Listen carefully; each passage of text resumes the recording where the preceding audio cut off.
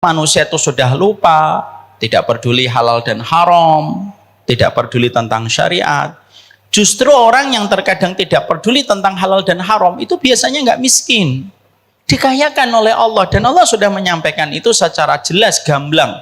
Bagaimana Allah memberikan narasi untuk menjadikan kita bisa membaca. Kalau manusia sudah lupa dengan syariat, tidak peduli dengan halal, tidak peduli dengan haram, tidak peduli dengan keimanan hari akhir, fatahna alaihim abwaba kulli syai'in, maka kami akan bukakan pintu-pintu kesenangan duniawi untuk mereka. Yang hartanya asalnya cekak dibuat lebih, yang asalnya hartanya sedikit dibuat banyak, hartanya asalnya kurang makin ditambah oleh Allah. Dan itu yang Allah sampaikan. Fatahna alaihim abwaba kulli syai'in hatta idza farihu bima utu akhadnahum baghtatan fa idahum mublisun. Kalau mereka sudah bersenang-senang di harta-harta yang kami bukakan untuk mereka, ketika mereka takut miskin, mereka akhirnya melabrak setiap apapun yang diharamkan oleh Allah. Pada saat itulah ketika bersenang-senang, matilah mereka, dan ketika mati mereka mempertanggungjawabkan semuanya di hadapan Allah. Itu yang kita khawatirkan.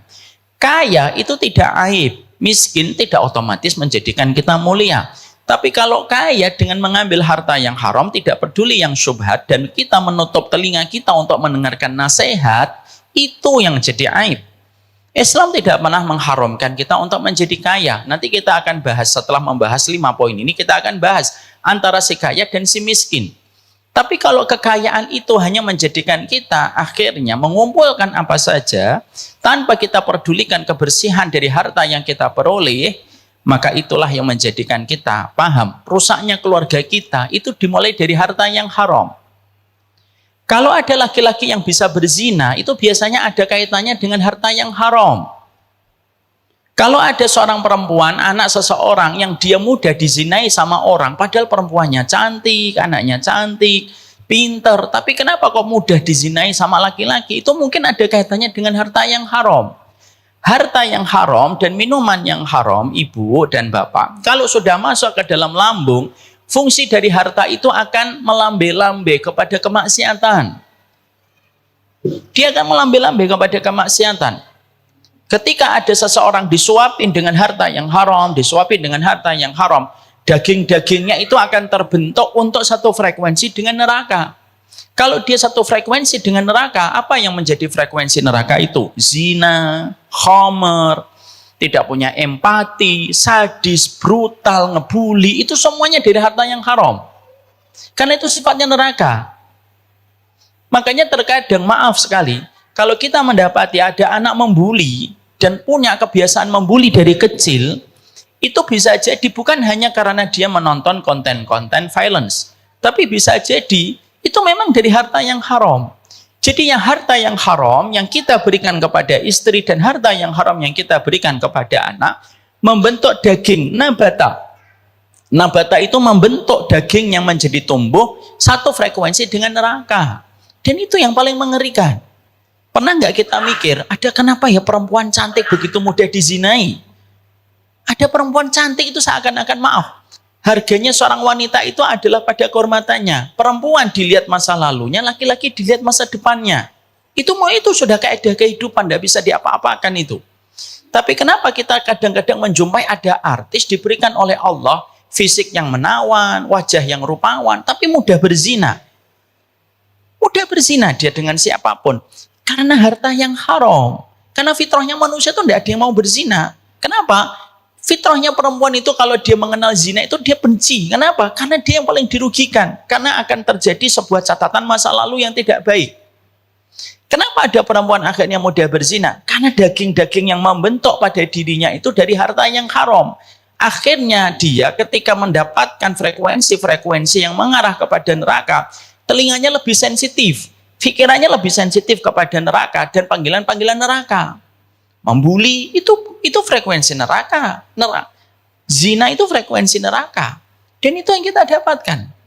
Makanya kenapa kita harus berkata kepada diri kita sebagai laki-laki dan kita berkata kepada suaminya.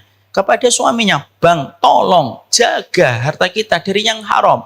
Sekalinya kamu membawa harta haram karena kamu takut miskin, Maka anak kita yang jadi korban, anak kita jadi tidak punya proteksi kepada dirinya sendiri. Kalau dia tidak punya proteksi karena seluruh yang dia makan ini harta yang haram dan Allah tinggalkan. Kalau Allah sudah tinggalkan, siapa yang menyambar seorang hamba kalau sudah ditinggalkan oleh Allah? Kalau ada seorang anak sudah ditinggalkan oleh Allah karena telinganya, tangannya, kakinya, semuanya itu terimput dari harta yang haram, ditinggalkan oleh Allah karena Allah tidak pernah menyapa orang yang mereka itu memiliki keharaman dalam dirinya. Yang menyambarnya siapa kalau bukan setan kalau Allah sudah meninggalkan? Kaidah kehidupan itu simpel, Ibu dan Bapak. Kalau kita nggak dijaga sama Allah, pasti disambar sama setan. Coba kita lihat, kalau nggak dzikir, pasti ujungnya scrolling. Loh, saya nggak ngomong ibu. Saya ngomongnya di sana. Tapi yang di sana pindahan dari sini. Itu kaidah kehidupan tuh begitu. Makanya inilah yang menjadikan kita, kenapa pada zaman fitnah penjagaan kita itu terletak pada harta yang haram. Cukuplah kita disebut sebagai umatnya Nabi itu ketika tidak makan harta yang haram. Dan setan kenapa begitu mudah memperdaya kita untuk makan harta yang haram? Karena setan mempermudah kita untuk makan yang haram karena bayang-bayang jadi miskin. Kita memang khawatir kalau miskinnya kita itu ngerepotin orang. Tapi kalau miskinnya kita menjaga marwah keimanan, bisa jadi yang miskin inilah yang Allah berikan banyak kebaikan di hari akhirat. Yang kita khawatirkan bukan miskinnya, yang kita khawatirkan bukan kayanya. Tapi kita tidak paham maknanya terhadap kemiskinan dan kekayaan yang Allah berikan kepada kita. Kita meminta kepada Allah supaya anak kita diberikan kecukupan, minta sama Allah. Tapi yang paling penting membangun basic kepada dirinya bagaimana kalau tiba-tiba angin kehidupan tidak berpihak kepadanya. Saya tuh pingin sekali ngajarin anak saya. Makanya ngajarin anak saya itu sama istri, walaupun masih jauh dari kata sempurna. Kita ngajarin jangan beli barang kecuali sudah rusak ya nak. Kenapa sih Bi? Kan Abi punya rezeki. Iya, Abi punya rezeki. Supaya kamu paham caranya menyikapi kehidupan kalau anginnya tidak bertiup kepadamu di masa mendatang. Kalau akhirnya anak kita tahu bagaimana cara mereka bersahabat dengan keterbatasan, anak kita baik-baik saja. Tapi kalau anak kita tidak paham bagaimana bersahabat dengan kekayaan dan kemiskinan dengan caranya Allah, itu merusak itu. Itulah kenapa hari ini banyak perempuan rela operasi plastik, pamer di podcast, bahkan bagian sensitif dari tubuhnya pun dia ceritakan tanpa dia merasa risih. Fitrah mana ini? Yang hilang itu fitrah mana? Saya pernah menjumpai ada seorang yang menceritakan operasi plastiknya, itu tanpa dia malu sama sekali. Bukan hanya pada face-nya, tapi bagian sensitif dari tubuhnya pun dia ceritakan mengalami operasi plastik. Lalu dia tanpa merasa memiliki perasaan malu. Padahal fitrah ini merupakan basic dalam kehidupan seorang wanita. Tapi itulah setan. Asyaitanu ya'idukumul faqra. Setan itu menakut-nakuti kamu menjadi miskin. Lah perempuan semacam ini yang sudah membalut tubuhnya dengan berbagai macam supaya dia bisa mendapatkan kekayaan dan lelaki kaya. Dan sekalian nanti dia didolimi. Nangis di depan publik. Ya tidak salah nangis di depan orang juga tidak salah. Tapi kenapa sih kalau kamu memang sudah memproklamirkan tentang zina, kenapa kamu harus nangis dengan zinamu di depan orang? Ada orang bangga dengan zinanya, tapi ketika dia mendapatkan sesuatu dari hasil zinanya dia nangis. Kan nggak adil buat kita sebagai rakyat. Paham maksud saya? Paham maksud saya? Orang yang sudah memproklamirkan zina, lalu dia mendapatkan hasil dari zinanya, lalu dia nangis, itu menurut saya tidak adil. Berarti dia tidak konsisten dengan apa yang dilakukan. Kecuali ada perempuan baik-baik yang mereka melakukan perkara itu dan akhirnya mereka mendapatkan penipuan atau mendapatkan kekerasan. Itu beda perkara. Semua kita harus memberikan empati. Tapi itulah kenyataan yang hari ini terjadi. Makanya ngeri hari ini. Ngeri sekali. Ada orang di sawer pun bisa memproklamirkan apa yang dia dapatkan dari saweran. Makanya akhirnya membentengi anak kita bahwasanya konsep rezeki yang benar itu kayak apa, itu penting. Saya sama anak saya nomor 2 itu saya sampaikan mana profesi yang boleh dan mana profesi yang tidak boleh. Ya. Saya sampaikan Bang, ini profesi yang boleh ya, ini profesi yang tidak boleh. Tertarik apapun kamu dengan profesi ini, Abi tidak ridho kamu mengambil profesi ini. Kalau profesi ini silahkan, apapun selain dari profesi ini silahkan.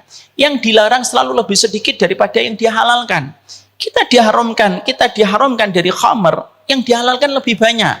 Ini bukan berarti ini khamr ya, ini kopi. Yang diharamkan alkohol, yang boleh apa? Es jeruk, es teh. Yang di sini nggak ada es jeruk, nggak ada es teh. Yang diperbolehkan selalu lebih banyak.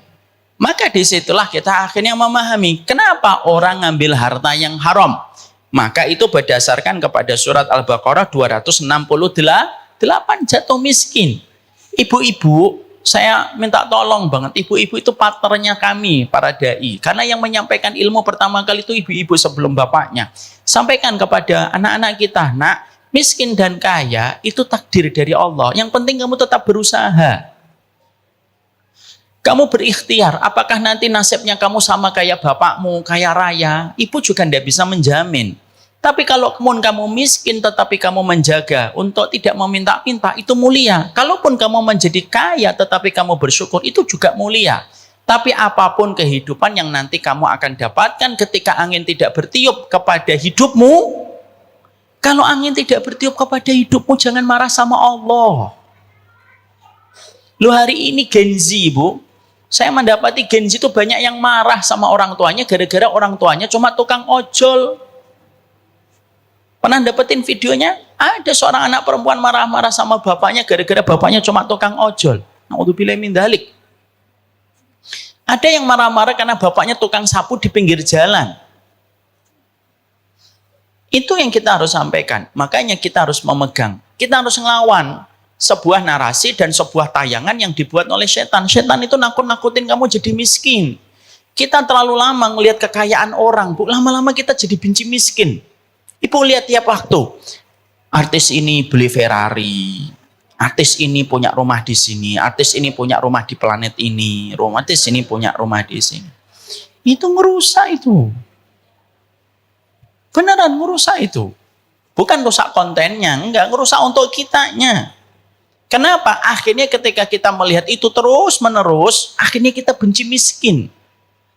Ada nggak artis yang mereka memperlihatkan kemiskinannya? Nggak ada, Bu. Tayangan itu nggak ada. Kita janganlah sampai ketika pada zaman hari ini ketika muncul dengan berbagai macam tayangan dan konten, pilihlah konten yang betul-betul bermanfaat untuk kita. Ini konten bagus untuk saya, ambil. Konten ini tidak bagus untuk kita, cukup. Ada orang kaya yang menampilkan, ada orang kaya yang memperlihatkan bagaimana dia memiliki kontribusi untuk orang di sekitarnya, ambil, tidak apa-apa itu. Tapi kalau hanya memperlihatkan ini kamar saya itu harganya 5 miliar, kamar doang, tidak usah dilihat. Itu rezeki buat dia. Tapi kalau kita lama-lama ngelihat, lama-lama itu akhirnya kita nggak bisa berdamai dengan keterbatasan. Saya ambilkan contoh. Ibu, kalau ibu terbiasa minum manis, minum air tawar itu rasa pahit atau tidak? Iya. Kapan minuman terasa pahit? Kalau ibu terbiasa minum yang manis banget. Tapi satu perkara yang penting. Apa perkara yang penting?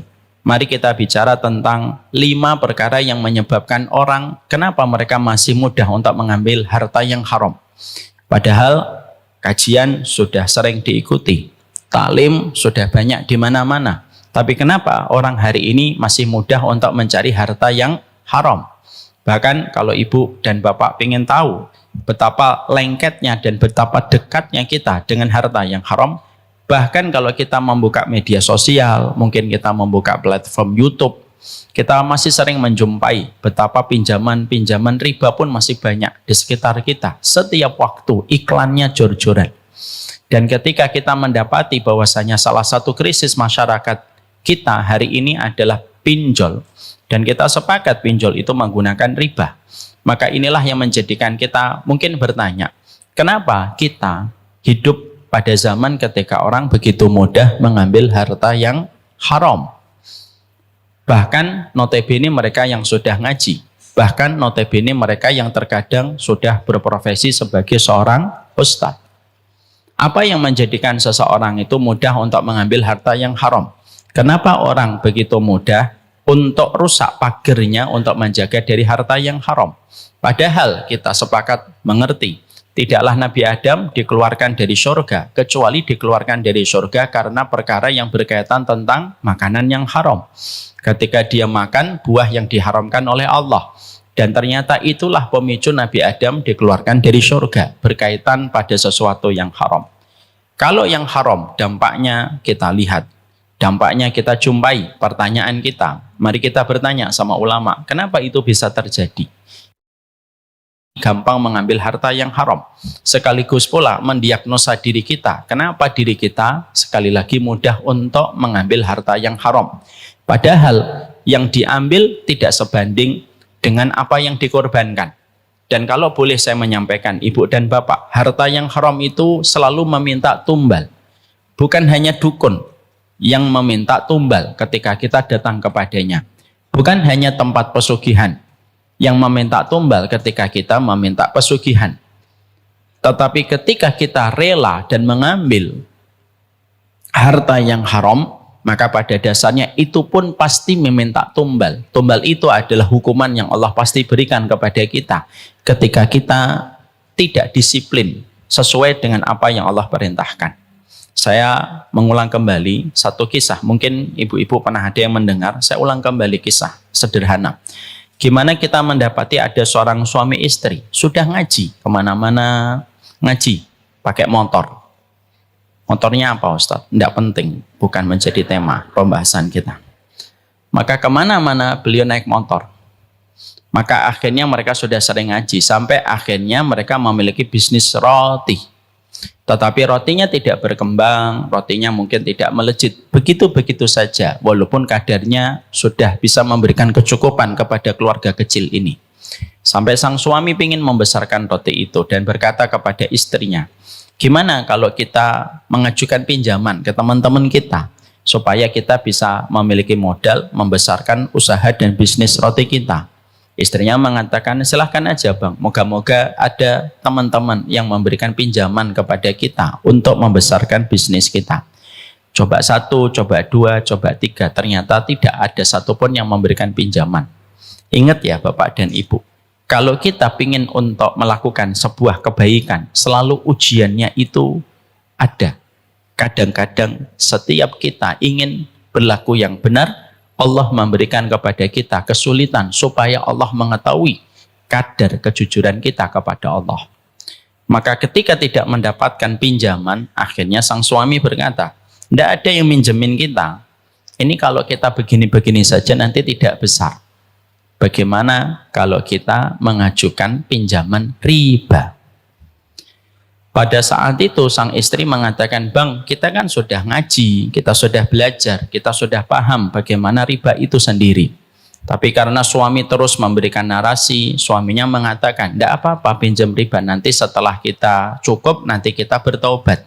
Kita perbanyak untuk sedekah, kita perbanyak untuk membantu program-program dakwah. Mereka lupa dengan hadis Nabi. Apa hadisnya? Innallaha thayyibun wa la yaqbalu illa thayyiban. Allah itu baik dan tidak pernah menerima kecuali yang baik. Harta yang disedekahkan dari harta riba tidak diterima sama Allah. Akhirnya karena terus-terusan suami memberikan narasi, lama-lama akhirnya seorang istri lemah. Lemahnya perempuan itu di mata atau di telinga? Di telinga. Perempuan itu lemahnya mata atau telinga? Telinga. Perempuan. Laki-laki lemahnya di mana? Mata. Perempuan itu lemahnya dua, Bu. Telinga sama mulutnya. Makanya kalau nangis nutupin mulut.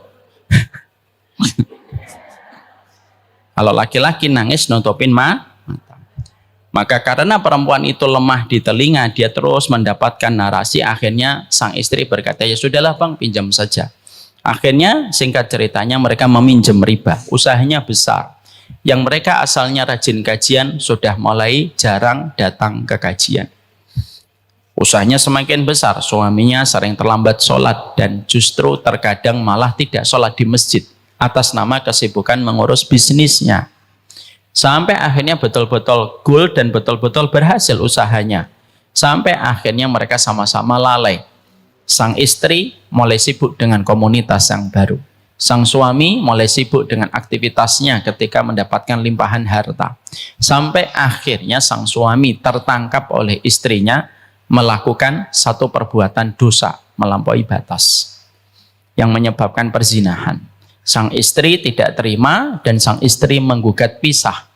Dan ketika mereka akhirnya diketok palu, dipisahkan oleh pengadilan dan mereka resmi bercerai, perusahaan mereka, karena mereka dua-duanya sebagai pemilik, ownernya, akhirnya perusahaannya dibelah menjadi dua, dibagi menjadi dua. Karena akhirnya mereka terbiasa satu dan akhirnya berpisah, lama-lama limbung dan akhirnya bangkrut kembali. Apa pelajaran yang didapatkan? Pelajaran yang didapatkan pada peristiwa yang cukup viral ini, maka beliau menuliskan kisah nyata ini sembari beliau menuliskan sebuah kalimat. Disitulah kami tahu, kami sudah ngerti ilmunya, kami sudah paham tentang ribanya, tetapi kami tetap nekat mengambil riba itu. Tidak ada yang salah kecuali diri kami sendiri ketika kami berani melawan berperang dengan Allah, dan inilah yang kami dapatkan. Disitulah kita memahami harta haram antara yang kita peroleh dengan apa yang kita dapatkan itu tidak sebanding. Maka inilah yang menjadikan kita ingin tahu apa yang disampaikan oleh para ulama. Kenapa manusia, kenapa terkadang kita masih begitu sulit diuji dengan masalah harta. Sehingga akhirnya kita terkadang mudah untuk jatuh dan terperangkap di dalam harta haram. Dan bisa jadi dengan harta yang haram, rusaklah kualitas anak kita, rusaklah kualitas keluarga kita, dan tidak akan mendapatkan keturunan yang berkualitas selama kita telah memasukkan harta yang haram. Saya ingat sekali ibu, ketika saya merawat bapak, 3 hari sebelum beliau meninggal dunia, tidak ada nasihat yang beliau sampaikan kepada saya dan kepada istri saya, kecuali berulang-ulang dia mengatakan, Mita dan Febi. Beliau manggil saya Mita, beliau manggil istri saya Febi. Jangan pernah sekali-kali masukkan harta haram kepada perut anakmu. Ini yang saya ingat sekali. Dan istri saya pun selalu mengingatkan ini. Sekarang mari kita bedah, Bu. Kenapa harta haram itu sekarang begitu mudah? Memang betul hari ini kehidupannya jauh lebih baik daripada 20 tahun atau 30 tahun yang lalu. 1980-an masih sering kita jumpai rumah berdinding bambu, lantai beralaskan tanah, atap beratapkan langit. Tapi hari ini kita mendapati kondisinya sudah jauh lebih membaik. Tapi dengan kondisi yang lebih membaik, kita mendapatkan sebuah kenyataan yang paling miris. Gampangnya orang mengambil harta yang haram. Sekarang mari kita bedah 5 alasan kenapa orang itu begitu mudah untuk mengambil harta yang haram. Yang pertama, Allah menyampaikan kepada kita di dalam surat Al-Baqarah 268. Coba dibaca, Mas Dana.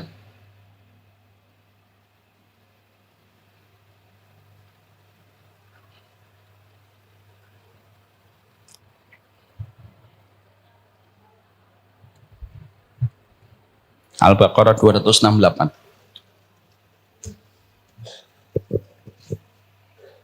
Setan menjanjikan atau menakut-nakuti kamu dengan kemiskinan dan menyuruh kamu berbuat keji.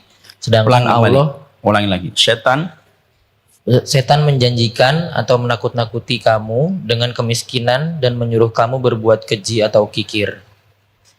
Sedangkan Allah menjanjikan kamu ampunan dan karunia-Nya. Dan Allah maha luas karunia-Nya, lagi maha mengetahui. Ya.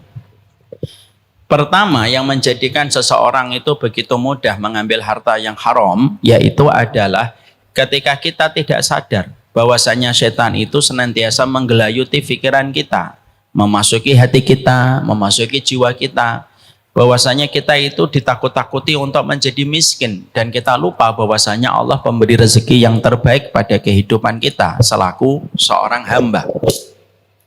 Sehingga disinilah kita paham betul. Ternyata yang membuat seseorang begitu mudah mengambil harta yang haram karena ada halusinasi di dalam pikirannya. Kalau saya tidak mengambil harta ini, maka sesungguhnya saya nanti Ternyata yang membuat seseorang begitu mudah mengambil harta yang haram karena ada halusinasi di dalam pikirannya. Kalau saya tidak mengambil harta ini, maka sesungguhnya saya nanti akan mendapatkan kemiskinan. Nanti istri saya tidak makan, nanti anak saya tidak makan, tidak sekolah, dan lain sebagainya. Harta yang haram hanya memberikan kepada kita nominal, tetapi harta yang haram tidak akan pernah memberikan kepada kita kelapangan. Alhamdulillah, tentunya senantiasa kita bersyukur kepada Allah atas setiap nikmat yang Allah berikan kepada kita. Syukur ini merupakan sebuah materi penting, karena sesungguhnya kehidupan hari ini didominasi oleh materialisme dan didominasi oleh kapitalisme. Ciri khasnya kehidupan materialisme dan kehidupan kapitalisme selalu berakar kepada finansial dan kepada pencapaian harta. Inilah kehidupan yang kita hadapi hari ini. Tidak ada obatnya ketika kita hidup pada zaman materialisme, ketika semuanya mengarah kepada pengagungan harta. Tidak ada obat yang kecuali adalah dengan kita bersyukur. Jangan mengukur kebahagiaan kita dengan kebahagiaan orang lain. Karena itu justru akan semakin mengecewakan di dalam kehidupan kita. Tapi cara memberikan kualitas kehidupan kita itu adalah dengan mensyukuri apa yang kita peroleh dan apa yang kita dapatkan. Allah tidak pernah salah memberikan takaran, karena rezeki tidak akan pernah tertukar. Dan inilah yang menjadikan kita bersyukur terhadap apa yang kita miliki. Bukan rezekinya yang kurang, tetapi syukurnya yang kurang ditambah. Bukan tempatnya yang sempit, tetapi hatinya yang kurang lapang di dalam menerima setiap apa yang Allah berikan di dalam kehidupan kita. Ada orang terkadang tidak diberikan rumah seluas 1000 meter. Karena mungkin kalau dia memiliki rumah 1000 meter, mungkin dia kelelahan karena tiap hari harus nyapu dari pagi sampai jam 10. Ada orang yang terkadang diberikan rumah cuma 60 meter karena Allah tahu ibu ini adalah orang yang geraknya susah sekali, sehingga akhirnya Allah berikan rumahnya 60 meter supaya dia ketika bebersih tidak terlalu lama. Selalu ada hikmah dalam setiap takaran. Yang salah bukan takaran yang Allah berikan kepada kita. Yang salah itu adalah ketika kita menakar rezeki kita dengan rezeki tetangga kita, dan Allah tidak pernah salah. Ada yang terkadang dikasih banyak tapi dia justru tenggelam dengan apa yang dia peroleh. Apa yang kadang-kadang tidak dikasih banyak kayak kita, mungkin akhirnya kita tidak pernah tenggelam. Gimana kita tenggelam? Wong rezekinya cuma sampai mata kaki. Kadang-kadang ada tetangga kita, rezekinya itu sangatlah banyak. Sebagaimana air ketika menenggelamkan kepalanya, akhirnya justru dia tenggelam. Dan itulah yang menjadikan kita paham. Bukan rezekinya yang kurang, tetapi syukurnya yang kurang ditambah. Kalau ibu meminta sesuatu, belum dikabulkan oleh Allah, berarti permintaan kita ada kerusakan yang akan kita peroleh ketika permintaan itu dikabulkan. Ibaratnya, ibu meminta gula, Allah tidak memberikan gula, supaya ibu tidak perlu terkena diabetes. Ibu meminta garam, Allah tidak memberikan garam, supaya ibu tidak terkena hipertensi. Ibu meminta emping, tapi Allah tidak memberikan emping. Karena Allah tahu kalau ibu dikasih emping, pasti nanti asam urat. Selalu ada jawaban dalam setiap takdir yang Allah berikan kepada kehidupan kita. Inilah nikmatnya hidup sebagai orang yang beriman. Selalu ada jawaban dalam setiap peristiwa. Dan tidak ada obat kalau kita hidup pada zaman hari ini kecuali adalah dengan memiliki hati yang bersyukur kepada Allah. Kurang-kurangi melihat TikTok, kurang-kurangi melihat Instagram, kurang-kurangi melihat rumahnya orang, kurang-kurangi melihat mobil listrik. Saya tuh heran hari ini setiap melihat berita itu, mobil listrik aja setiap hari. Nanti malah kesetrum kita. Semoga Allah memberikan rahmat kepada kita dan semoga menjadikan hati kita senantiasa bersyukur. Dan kuncinya, kalau suami sudah mendapatkan seorang wanita, istrinya itu bersyukur, tidak ada yang paling bahagia kecuali adalah suaminya. Suaminya akan merasa mudah menjalani kehidupan. Amin, insyaallah. Ibu dan seluruh keluarga besar,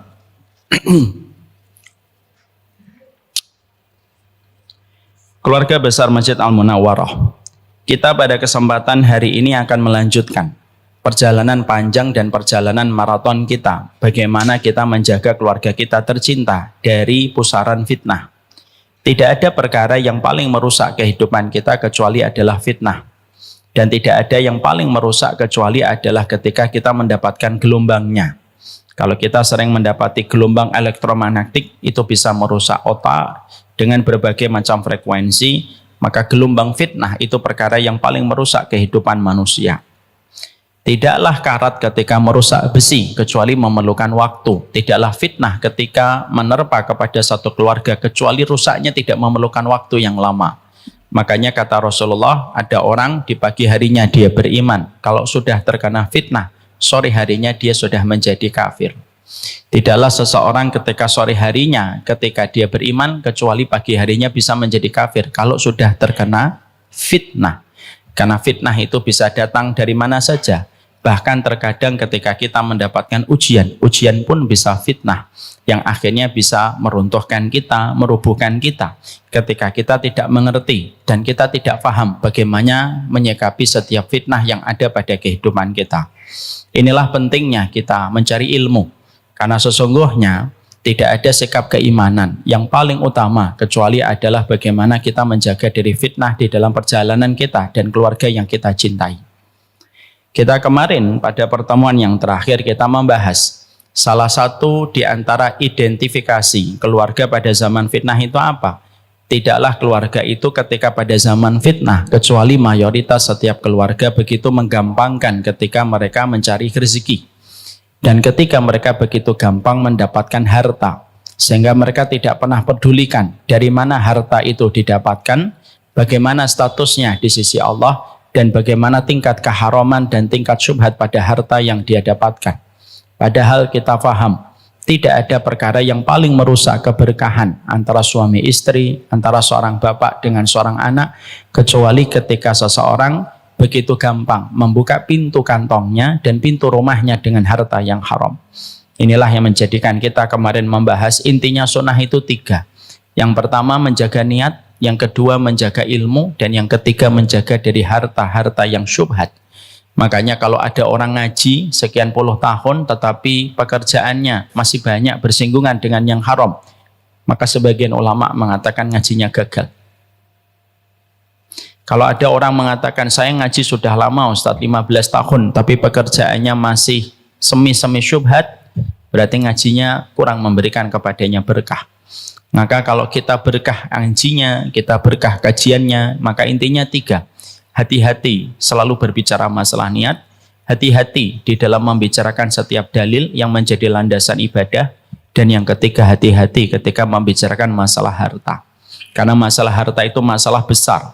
Selama kita selalu menjaga bagaimana urusan harta kita, insya Allah kita masih mendapatkan pertolongan. Tidaklah satu keluarga ketika di dalamnya masih ada harta yang halal, maka Allah memberikan pertolongan dan Allah memberikan perlindungan. Kalaupun mereka masih suka bermaksiat, satu waktu mereka diselamatkan oleh Allah.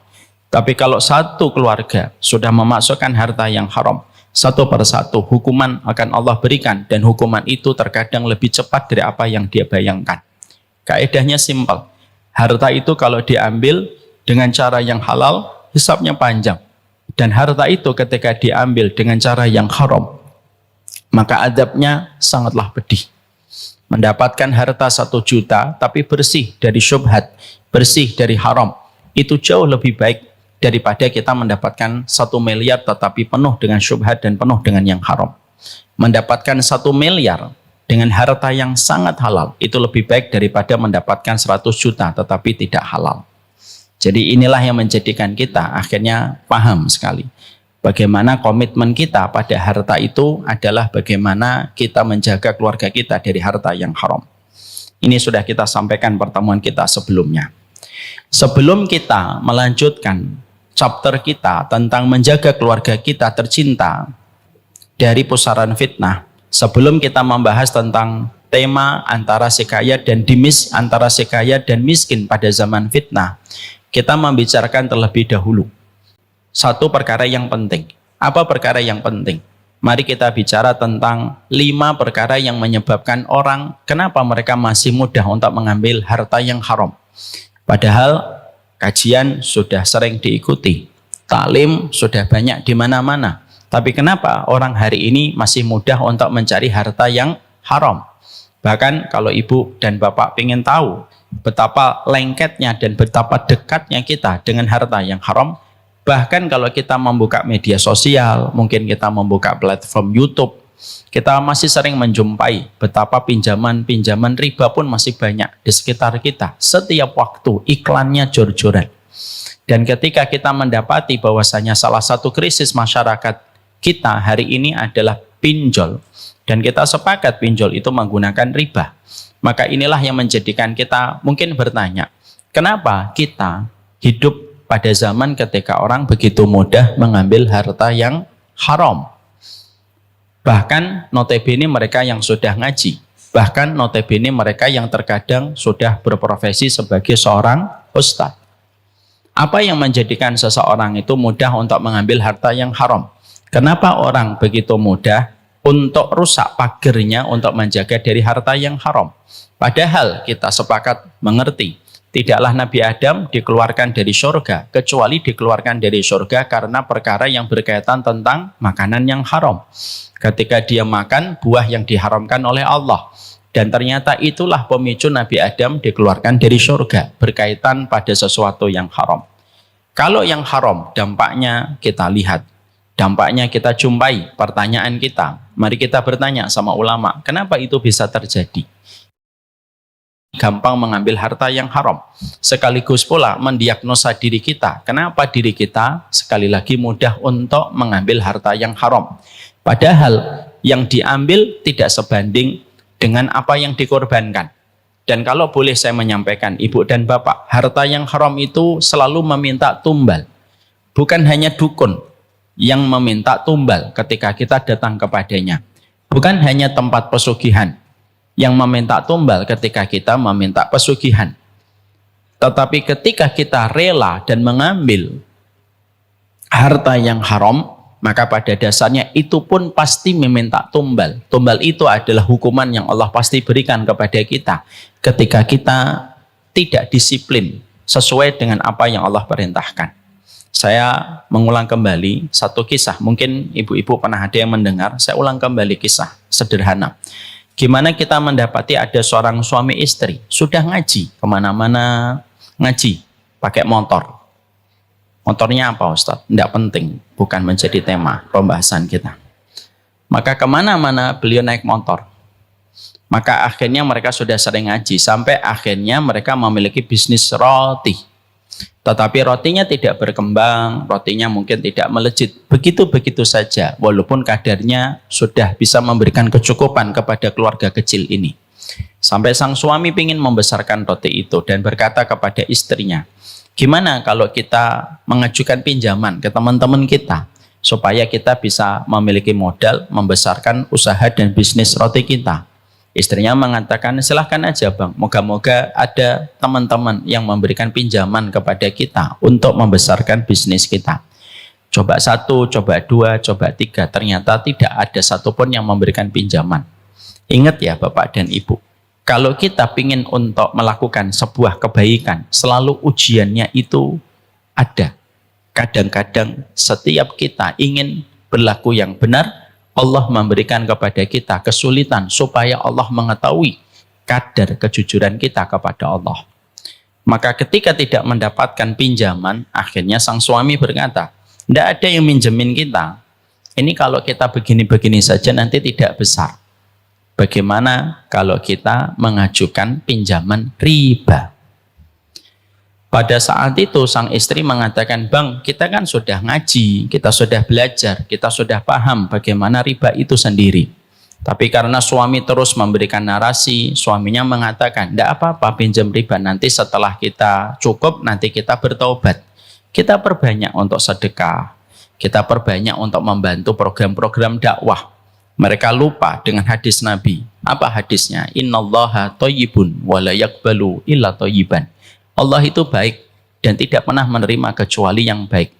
Harta yang disedekahkan dari harta riba tidak diterima sama Allah. Akhirnya karena terus-terusan suami memberikan narasi, lama-lama akhirnya seorang istri lemah. Lemahnya perempuan itu di mata atau di telinga? Di telinga. Perempuan. Perempuan itu lemahnya mata atau telinga? Telinga. Perempuan. Laki-laki lemahnya di mana? Mata. Perempuan itu lemahnya dua, Bu. Telinga sama mulutnya. Makanya kalau nangis nutupin mulut. Kalau laki-laki nangis nutupin mata. Maka karena perempuan itu lemah di telinga, dia terus mendapatkan narasi. Akhirnya sang istri berkata, ya sudahlah bang, pinjam saja. Akhirnya singkat ceritanya mereka meminjam riba. Usahanya besar. Yang mereka asalnya rajin kajian sudah mulai jarang datang ke kajian. Usahanya semakin besar. Suaminya sering terlambat sholat dan justru terkadang malah tidak sholat di masjid atas nama kesibukan mengurus bisnisnya. Sampai akhirnya betul-betul goal dan betul-betul berhasil usahanya. Sampai akhirnya mereka sama-sama lalai. Sang istri mulai sibuk dengan komunitas yang baru. Sang suami mulai sibuk dengan aktivitasnya ketika mendapatkan limpahan harta. Sampai akhirnya sang suami tertangkap oleh istrinya melakukan satu perbuatan dosa melampaui batas yang menyebabkan perzinahan. Sang istri tidak terima dan sang istri menggugat pisah. Dan ketika mereka akhirnya diketok palu, dipisahkan oleh pengadilan dan mereka resmi bercerai, perusahaan mereka karena mereka dua-duanya sebagai pemilik, ownernya, akhirnya perusahaannya dibelah menjadi dua, dibagi menjadi dua. Karena akhirnya mereka terbiasa satu dan akhirnya berpisah, lama-lama limbung dan akhirnya bangkrut kembali. Apa pelajaran yang didapatkan? Pelajaran yang didapatkan pada peristiwa yang cukup viral ini, maka beliau menuliskan kisah nyata ini sembari beliau menuliskan sebuah kalimat. Disitulah kami tahu, kami sudah ngerti ilmunya, kami sudah paham tentang ribanya, tetapi kami tetap nekat mengambil riba itu. Tidak ada yang salah kecuali diri kami sendiri ketika kami berani melawan berperang dengan Allah, dan inilah yang kami dapatkan. Disitulah kita memahami harta haram antara yang kita peroleh dengan apa yang kita dapatkan itu tidak sebanding. Maka inilah yang menjadikan kita ingin tahu apa yang disampaikan oleh para ulama. Kenapa manusia, kenapa terkadang kita masih begitu sulit diuji dengan masalah harta. Sehingga akhirnya kita terkadang mudah untuk jatuh dan terperangkap di dalam harta haram. Dan bisa jadi dengan harta yang haram, rusaklah kualitas anak kita, rusaklah kualitas keluarga kita, dan tidak akan mendapatkan keturunan yang berkualitas selama kita telah memasukkan harta yang haram. Saya ingat sekali ibu, ketika saya merawat bapak 3 hari sebelum beliau meninggal dunia, tidak ada nasihat yang beliau sampaikan kepada saya dan kepada istri saya, kecuali berulang-ulang dia mengatakan Mita dan Febi. Beliau manggil saya Mita, beliau manggil istri saya Febi. Jangan pernah sekali-kali masukkan harta haram kepada perut anakmu. Ini yang saya ingat sekali. Dan istri saya pun selalu mengingatkan ini. Sekarang mari kita bedah, Bu. Kenapa harta haram itu sekarang begitu mudah? Memang betul hari ini kehidupannya jauh lebih baik daripada 20 tahun atau 30 tahun yang lalu. 1980-an masih sering kita jumpai rumah berdinding bambu. Lantai beralaskan tanah. Atap beratapkan langit. Tapi hari ini kita mendapati kondisinya sudah jauh lebih baik. Tapi dengan kondisi yang lebih membaik, kita mendapatkan sebuah kenyataan yang paling miris. Gampangnya orang mengambil harta yang haram. Sekarang mari kita bedah 5 alasan kenapa orang itu begitu mudah untuk mengambil harta yang haram. Yang pertama, Allah menyampaikan kepada kita di dalam surat Al-Baqarah 268. Coba dibaca, Mas Dana.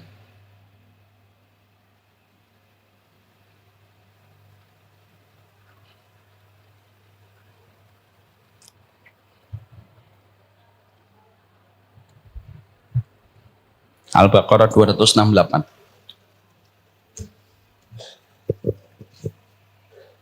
Setan menjanjikan atau menakut-nakuti kamu dengan kemiskinan dan menyuruh kamu berbuat keji.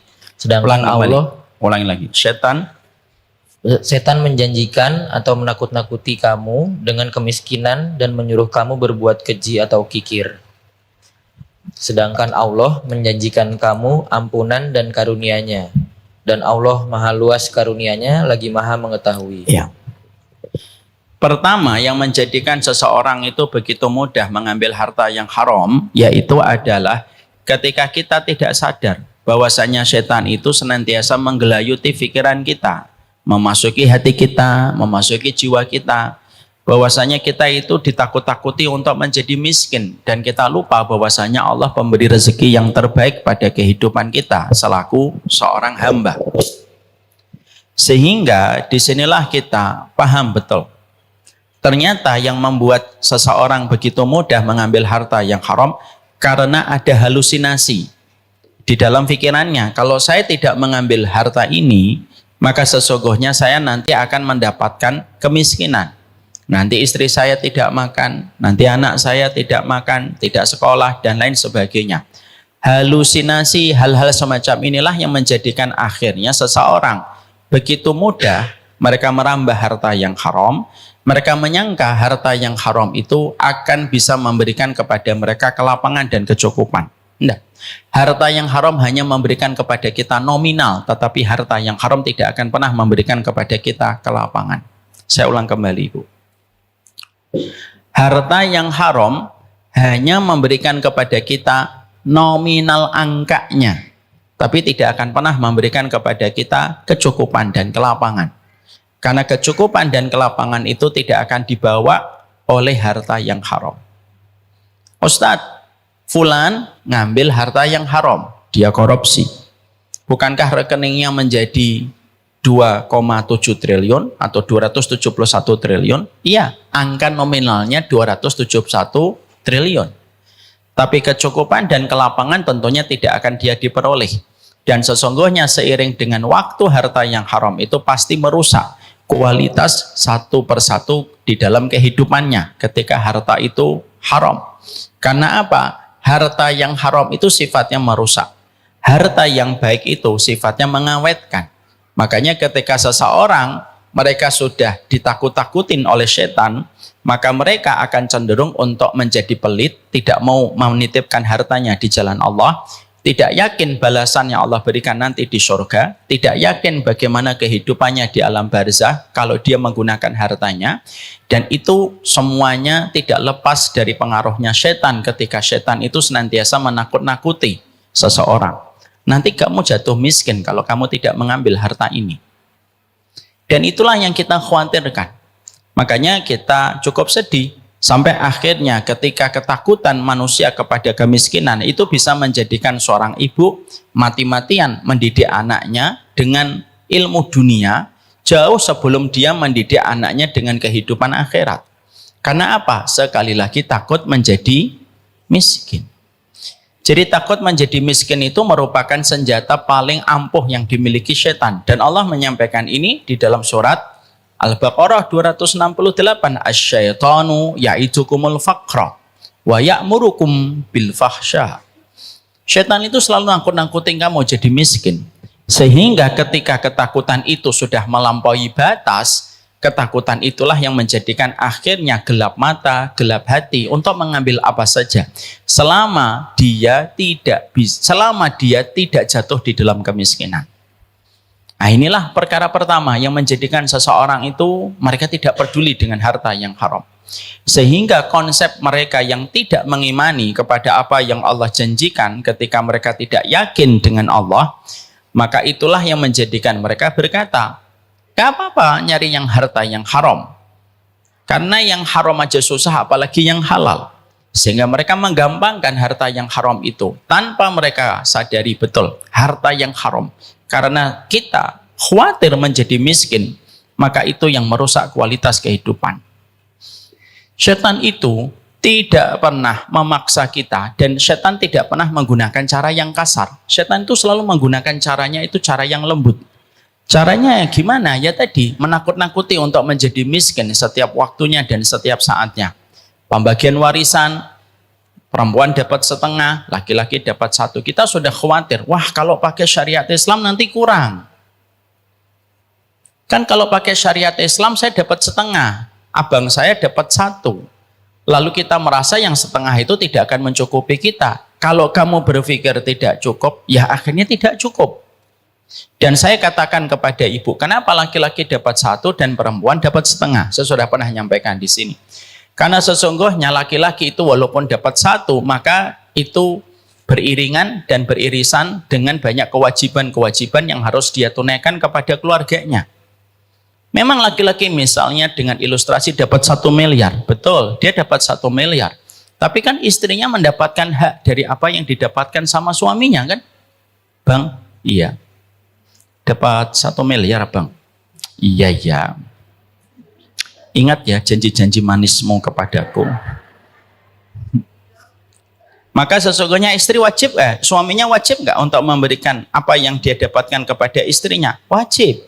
Anak-anaknya ketika sekolah mintanya kepada mamahnya atau kepada bapaknya? Bapaknya. 1 miliar itu dikurang-kurangi, paling-paling tinggal 1/4 bagi dia. Mungkin 3/4-nya dibagi untuk yang lain. Memang dapat 1, itu pun karena Allah memberikan kepadanya banyak kewajiban. Tapi kalau ibu dapatnya setengah, kami dapatnya cuma 500 juta Ustaz. Betul, tapi itu kan miliknya ibu sendiri dan itu utuh. Dan ibu tidak ada kewajiban memberi kepada suami. Kalau suaminya ngomong, "Mah, iya. Dapat warisan ya, Mah?" "Iya dong." Berapa? 500 jeti. Pinjam ya untuk modal. Maaf, tidak ada pinjaman untukmu. Dosa atau tidak dosa? Tidak dosa, cuma kebangetan aja. Maka sesungguhnya di situ kita mendapati bahwasanya disitulah kita ketika kita khawatir miskin, maka itulah yang menghalangi kita dari banyak hal. Khawatir miskin tidak mau haji, khawatir miskin tidak mau umroh, khawatir miskin tidak mau berbagi, khawatir miskin ngambil yang haram. Karena apa? Takut miskin itu ternyata senjata paling sakralnya setan. Sehingga akhirnya orang kehilangan harapan dan kehilangan keimanan dia kepada Allah karena takut miskin.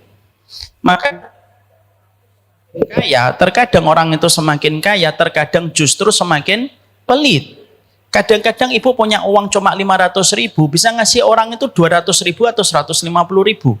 Tapi kalau ibu sedang memiliki misalkan 100 juta, ngasih orang 1 juta itu rasanya berat sekali. Betul atau tidak? Nggak usah ngomong betul, saya tahu itu pasti betul. Karena terkadang semakin Allah memberikan kepada kita harta, kalau tidak diimbangi dan disikapi dengan ilmu, maka bayangan menjadi miskin itu selalu ada. Dan kita akhirnya apa? Hidupnya hanya khawatir bahwasanya yang genap menjadi ganjil. Sudah 1 M, nanti kalau saya kasih 50 juta, nggak jadi 1 M. Jadinya 950 juta, nggak enak di rekening 950 juta. Maka akhirnya Allah mengabadikan bahwasanya asyaitanu ya'ikutukumul faqra. Setan itu menakut-nakuti kamu jadi miskin, akhirnya ngambil yang haram. Rumah ini harganya berapa? Rumah ini harganya 500 juta. Tabunganmu berapa? Tabungan saya 100 juta. Setan datang, ayo minjem riba. Kalau kamu rumah ini tidak akan pernah kebeli. Kalau kamu nabung sampai 5 tahun, mungkin tabunganmu menjadi 500 juta, tapi harga rumah ini pasti sudah menjadi 800 juta. Harus pakai riba, nggak bisa sekarang itu kalau beli rumah nggak pakai riba. Akhirnya apa? Karena kita khawatir rumah itu tidak jadi milik kita dan kita khawatir nanti ngontrak terus. Akhirnya apa? Kita mengambil riba. Tanpa kita sadari kalau rumah itu milik kita, walaupun tidak pakai riba pun akan tetap menjadi miliknya kita. Demi Allah, Bu. Tapi kalau rumah itu bukan milik kita, walaupun kita menempuh dengan cara riba hingga cicilan 15 tahun, kalau memang bukan milik kita, rumah itu akan kita jual kalau memang bukan miliknya kita. Karena apa? Meyakini kebenaran jalannya Allah itu tidak menjauhkan rezeki, dan meyakini jalannya setan itu pun tidak mendekatkan rezeki. Tapi kenapa kau orang rela untuk mengambil yang haram? Rela mengambil yang haram, dia takut menjadi miskin. Lalu lupa bahwasanya Allah memberikan kepadanya rezeki dan Allah menjamin rezeki kepada setiap orang yang senantiasa berikhtiar. Dan ini merupakan harga dari konsep keyakinan. Ini harga dari satu konsep keyakinan. Makanya akhirnya yang kita dapatkan adalah kalau orang sudah dalam kondisi jatuh miskin, terutama yang kita lihat konten-konten yang selalu menceritakan tentang finansial, pencapaian harta, pencapaian rezeki, anak khawatir kalau tontonan kita lebih bersifat kepada apa yang didapatkan dari materi dan finansial, lama-lama akhirnya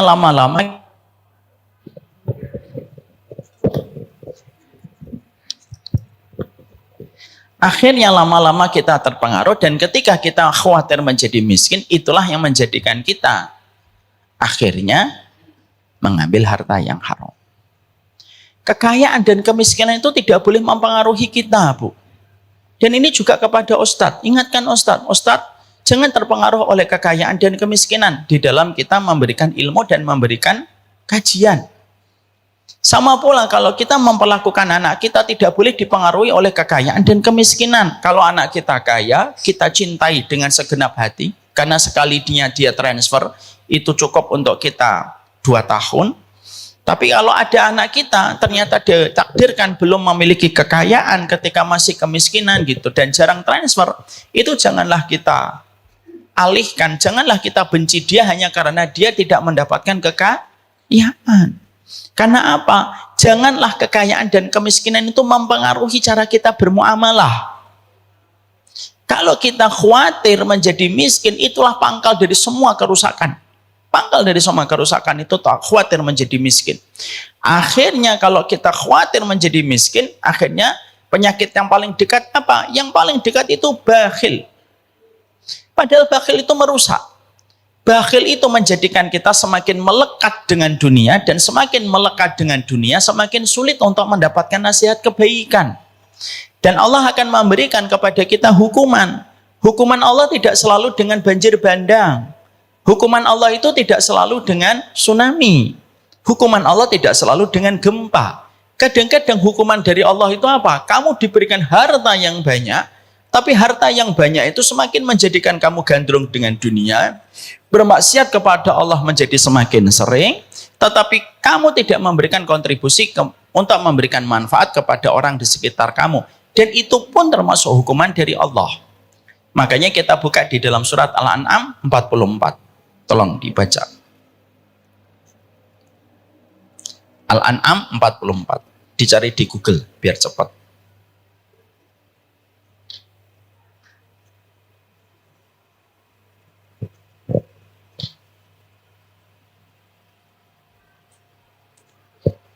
Maka ketika melupakan peringatan yang telah diberikan kepada mereka, kami pun membukakan semua pintu kesenangan untuk mereka. Sehingga ketika mereka bergembira dengan apa yang telah diberikan kepada mereka, kami siksa mereka secara tiba-tiba. Maka ketika itu mereka terdiam putus asa. Tuh. Allah menyampaikan kepada kita, falamma nasu ma dzukiru bihi fatahna alaihim abwaaba kulli syai'in. Kalau kami dapati manusia itu sudah lupa, tidak peduli halal dan haram, tidak peduli tentang syariat, justru orang yang terkadang tidak peduli tentang halal dan haram itu biasanya nggak miskin, dikayakan oleh Allah. Dan Allah sudah menyampaikan itu secara jelas gamblang. Bagaimana Allah memberikan narasi untuk menjadikan kita bisa membaca. Kalau manusia sudah lupa dengan syariat, tidak peduli dengan halal, tidak peduli dengan haram, tidak peduli dengan keimanan hari akhir, fatahna alaihim abwaaba kulli syai'in, maka kami akan bukakan pintu-pintu kesenangan duniawi untuk mereka. Yang hartanya asalnya cekak dibuat lebih, yang asalnya hartanya sedikit dibuat banyak, hartanya asalnya kurang makin ditambah oleh Allah. Dan itu yang Allah sampaikan. Fatahna alaihim abwaaba kulli syai'in hatta idza farihu bima utu akhadnahum baghtatan fa idahum mublisun.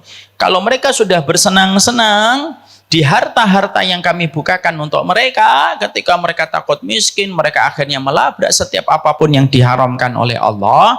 Pada saat itulah ketika bersenang-senang, matilah mereka, dan ketika mati mereka mempertanggungjawabkan semuanya di hadapan Allah. Itu yang kita khawatirkan. Kaya itu tidak aib, miskin tidak otomatis menjadikan kita mulia. Tapi kalau kaya dengan mengambil harta yang haram, tidak peduli yang syubhat, dan kita menutup telinga kita untuk mendengarkan nasihat, itu yang jadi aib. Islam tidak pernah mengharamkan kita untuk menjadi kaya. Nanti kita akan bahas, setelah membahas 5 poin ini, kita akan bahas antara si kaya dan si miskin. Tapi kalau kekayaan itu hanya menjadikan kita akhirnya mengumpulkan apa saja, tanpa kita pedulikan kebersihan dari harta yang kita peroleh, maka itulah yang menjadikan kita paham, rusaknya keluarga kita itu dimulai dari harta yang haram. Kalau ada laki-laki yang bisa berzina, itu biasanya ada kaitannya dengan harta yang haram. Kalau ada seorang perempuan, anak seseorang yang dia mudah dizinai sama orang, padahal perempuannya cantik, anaknya cantik, pinter, tapi kenapa kok mudah dizinai sama laki-laki? Itu mungkin ada kaitannya dengan harta yang haram. Harta yang haram dan minuman yang haram, ibu dan bapak, kalau sudah masuk ke dalam lambung, fungsi dari harta itu akan melambe-lambe kepada kemaksiatan. Dia akan melambe-lambe kepada kemaksiatan.